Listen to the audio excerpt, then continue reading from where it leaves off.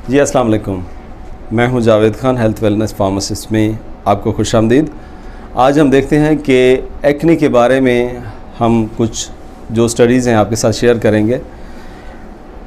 Acne जो कि 9.4% लोगों में पूरी दुनिया में पाया जाता है इस वक्त, और 85% लोग हैं दुनिया में जो ज़िंदगी के किसी हिस्से में इस एक्ने या कील मुहासे छाइयों से मुतासर हुए हैं। अब देखते हैं इसकी वजूहात क्या हैं। वजूहात में सबसे पहले इसके स्ट्रक्चर को समझना ज़रूरी है। एक्ने हमारी जिल्द के मसाम जिनमें तेल, डेड सेल या बैक्टीरिया में प्रोपियानी बैक्टीरियम एक्ने आ जाएं और उसकी वजह से वो मसाम बंद हो जाएं तो वो एक्ने की शक्ल इख्तियार कर जाता है। ओके, ये जो पोर है, हर पोर फॉलिकल में जाके ओपन होता है और हर फॉलिकल एक बाल और एक गदूद पर मुश्तमिल होता है, और उस गदूद को हम सेबेशियस ग्लैंड्स कहते हैं। अब जो सेबेशियस ग्लैंड्स है वो हमारी जिल्द पर ऑयल प्रोड्यूस करता है, जिससे हमारी जिल्द नरम और लुब्रिकेटेड रहती है। अब किसी भी वजह से अगर ये सेबेशियस ग्लैंड्स हमारी जिल्द में मुतासर हो जाए और ज़्यादा प्रोड्यूस करना लग जाए ऑयल, तो एक्ने बनना शुरू हो जाते हैं। अब इनमें बहुत सी वजूहात हो सकती हैं।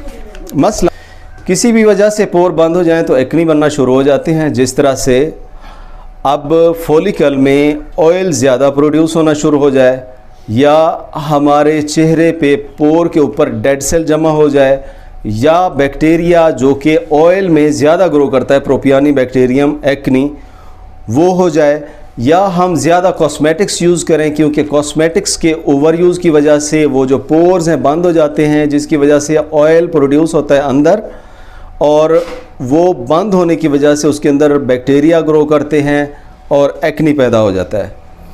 अब देखें, इसमें और भी बहुत सी वजूहात हैं। मसलन आप ज़्यादा अपना फेस वॉश करते हैं, जिसकी वजह से स्किन ड्राई हो जाती है, और उसका एक रिवर्स इफ़ेक्ट आता है कि ड्राइनेस को कंप्लीट ड्राइनेस को ख़त्म करने के लिए जो हमारा अल्लाह की तरफ से एक निज़ाम है कि उसमें ऑयल ज़्यादा प्रोड्यूस होता है। ओके, वो भी एक्ने काज करता है।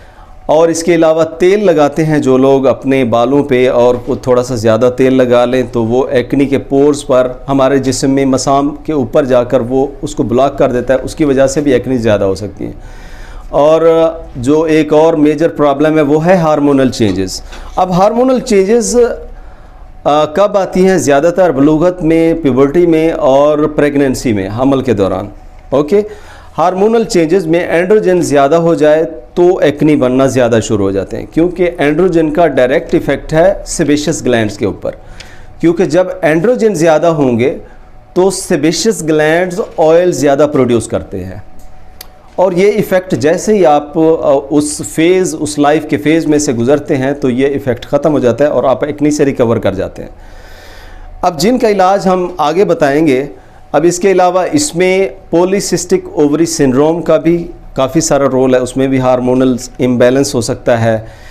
आप क्लींजर यूज़ करते हैं जिसमें ऑयल शामिल हो, अगर आपने नहीं देखा तो भी एक्ने प्रोड्यूस हो सकती हैं।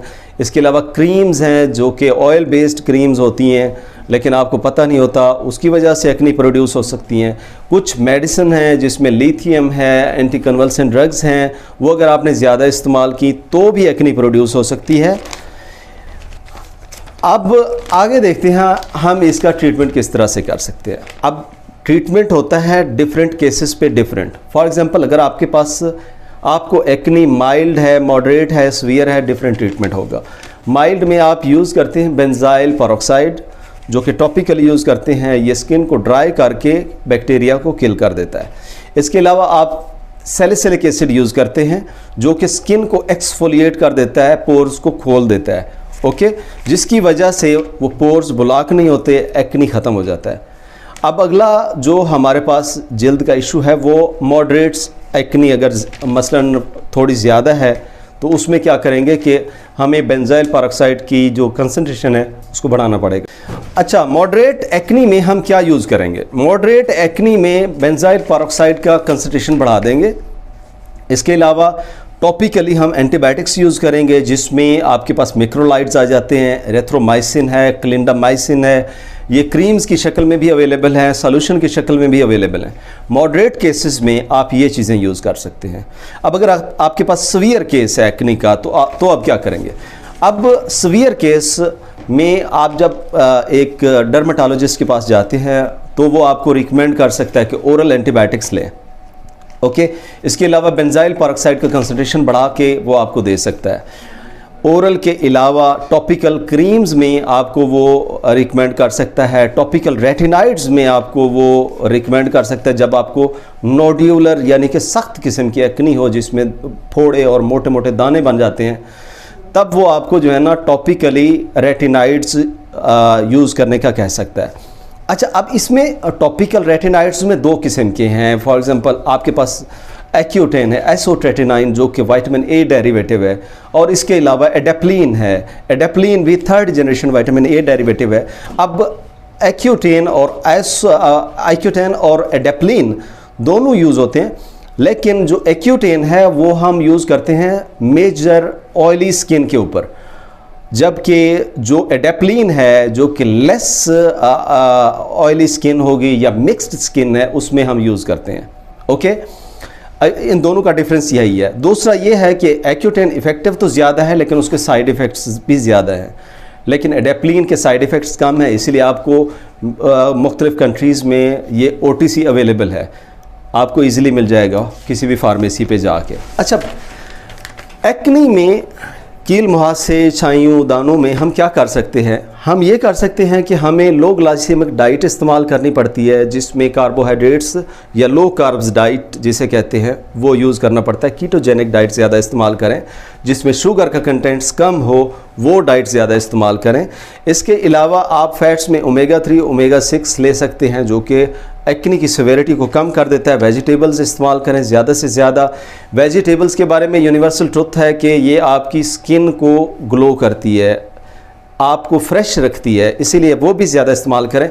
और एक चीज़ है प्रोबायोटिक्स जो कि हमारे फेस का जो माइक्रोबियल फ्लोरा है उसको बेहतर करती है। ये मुख्तलिफ़ क्रीम्स में अवेलेबल है, मुख्तलिफ़ लोशंस में अवेलेबल है मुख्तलिफ़ कंट्रीज़ में, तो वो आप यूज़ कर सकते हैं। इसके अलावा आ जाता है फेस वॉश या साबुन या सोप आपने जो इस्तेमाल करना है। फेस वॉश में आप क्या चीज़ यूज़ कर सकते हैं? फेस वॉश में आप ऐसा फेस वॉश यूज़ करें जो कि नॉन कोमेडोजेनिक हो। नॉन कोमेडोजेनिक वो होता है जो एक्ने काज ना करे, ओके, जो कि वाटर बेस्ड फेस वॉश हो, ऑयल बेस्ड ना हो, तो आप वो यूज़ कर सकते हैं डेली 1 से 2 मरतबा।